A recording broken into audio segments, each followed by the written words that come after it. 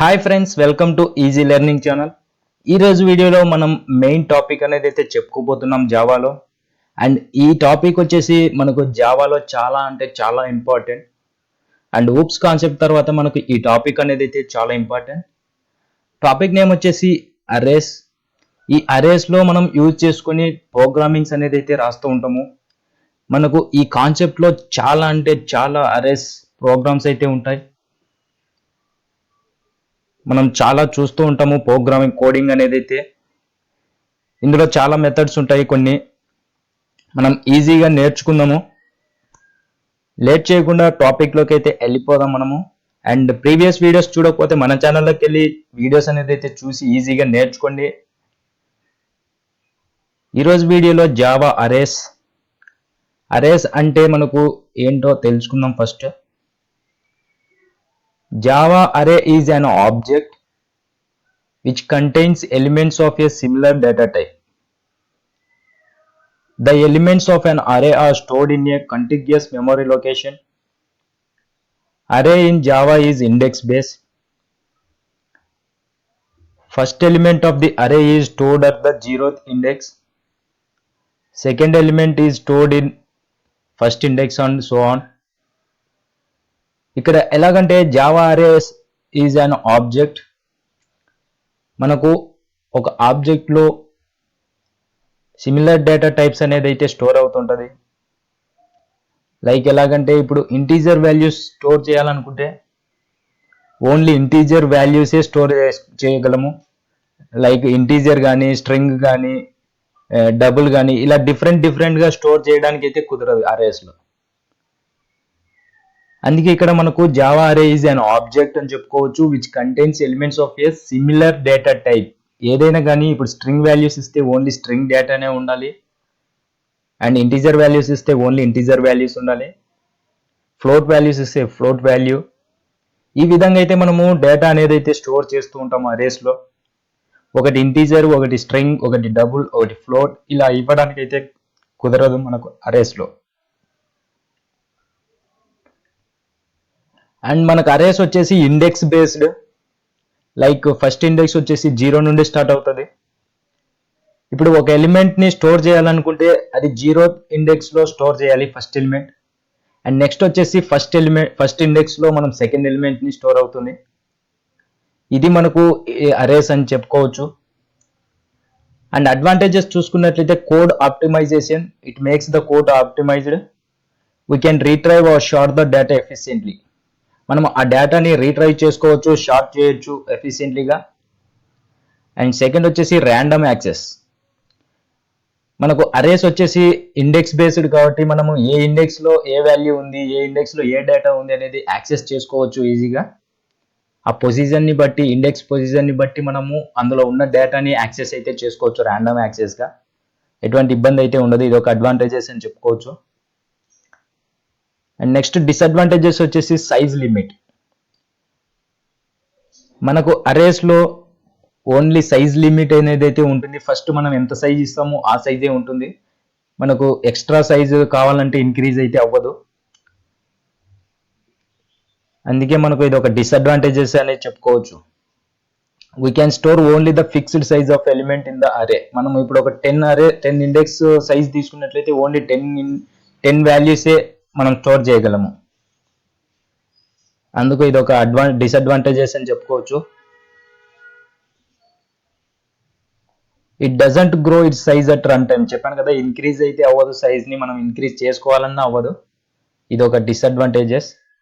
To solve this problem, collection framework is used in Java which gross automatically.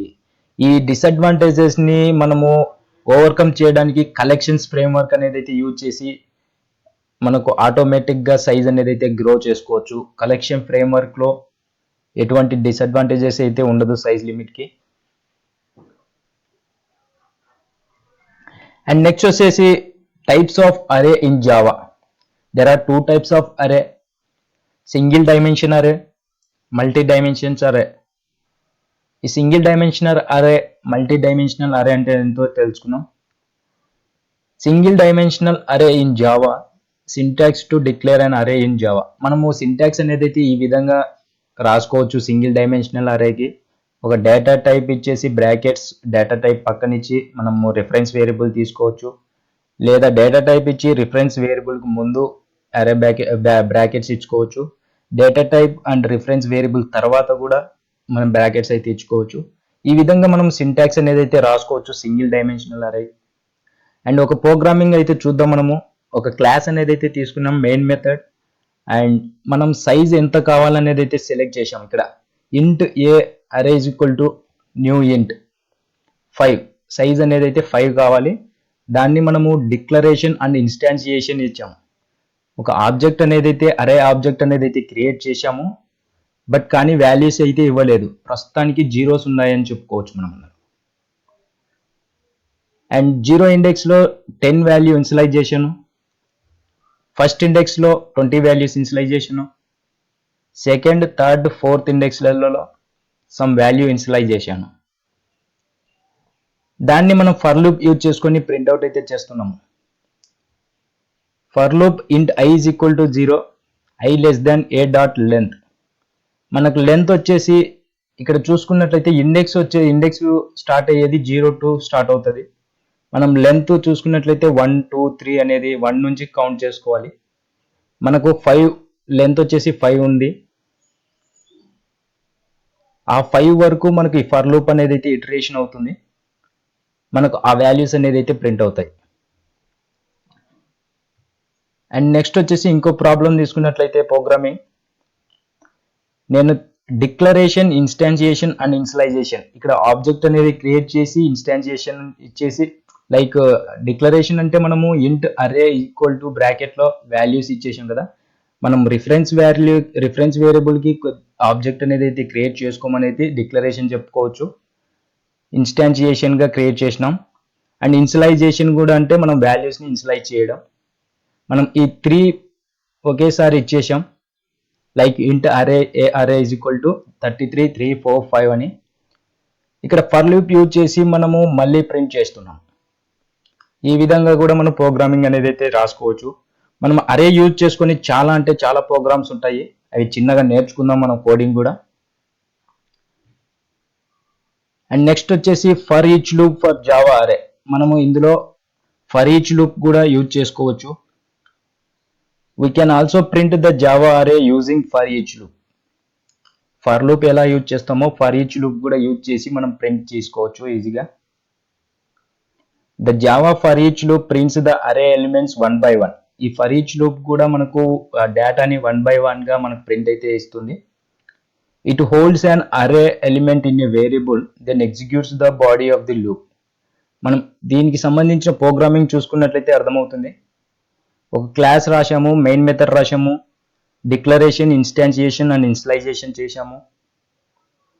And for each loop అనేది ఈ విధంగా అయితే రాసుకుంటాం. For ఇచ్చేసి మనం బ్రాకెట్లో ఇంటీజర్స్ ఇస్తున్నాం కాబట్టి ఇంట్ డేటా టైప్ తీసుకొని రిఫరెన్స్ వేరియబుల్ అయితే తీసుకున్నాం ఒకటి. అండ్ ఆ రిఫరెన్స్ వేరియబుల్కి అక్కడ ఇచ్చేసిన రిఫరెన్స్ వేరియబుల్ పాస్ చేస్తున్నాం. అంటే అందులో ఉన్న డేటాని 1 by 1 గా ఫర్ ఈచ్ లూప్ తీసుకొని మనకు ప్రింట్అవుట్ అయితే ఇస్తుంది. ఇది for each loop. Multi dimensional array in Java. In such case data is stored in rows and columns based index also known as matrix form. మనం సింటాక్స్ చూసుకున్నట్లయితే multi dimensional అరేకి ఈ విధంగా అయితే ఉంటుంది. డేటా టైప్ ఇచ్చేసి 2 బ్రాకెట్స్ ఇచ్చేసి అరే రిఫరెన్స్ వేరియబుల్ ఇచ్చేస్తాం. ఇక్కడ చూసుకున్నట్లయితే సింటాక్స్ ఈ విధంగా అయితే రాసుకుంటాం మల్టీ డైమెన్షనల్ అరేకి. అండ్ ఒక క్లాస్ తీసుకొని మల్టీ డైమెన్షనల్ అరేకి మనం వేరియబుల్స్ అనేది ఇక్కడ డేటా అనేది ఇచ్చేసినట్లయితే అరే మాదిరి 2 డైమెన్షనల్ అరేకి, అండ్ 2 ఫర్ లూప్ ఇచ్చేసి మనం ప్రింట్ అయితే తీసుకోవచ్చు ఈ విధంగా. మీరు ఈ కాన్సెప్ట్లో చాలా ప్రోగ్రామ్స్ అనేది అయితే ఉంటాయి, ప్రాక్టీస్ అయితే చేయండి. అరే ప్రోగ్రామ్స్ మనకు నెట్లో చాలా ఉంటాయి. STSలో మీరు ప్రాక్టీస్ అయితే చేసి నేర్చుకోండి ఈజీగా. అండ్ మన ఛానల్లో ప్రోగ్రామ్ కూడా చేసి ఎక్స్ప్లెయిన్ చేస్తాను. ఇది ఫ్రెండ్స్ మనకి ఈరోజు వీడియోలో అరేస్ కాన్సెప్ట్. వీడియో కనుక నచ్చితే లైక్ చేసి సబ్స్క్రైబ్ చేసుకోండి అండ్ పక్కన బెల్ సింబల్ అయితే యాక్టివేట్ చేసుకోండి. నేను చేసిన వీడియోస్ మీ మొబైల్కి నోటిఫికేషన్ ద్వారా పొందుతారు. And thank you friends.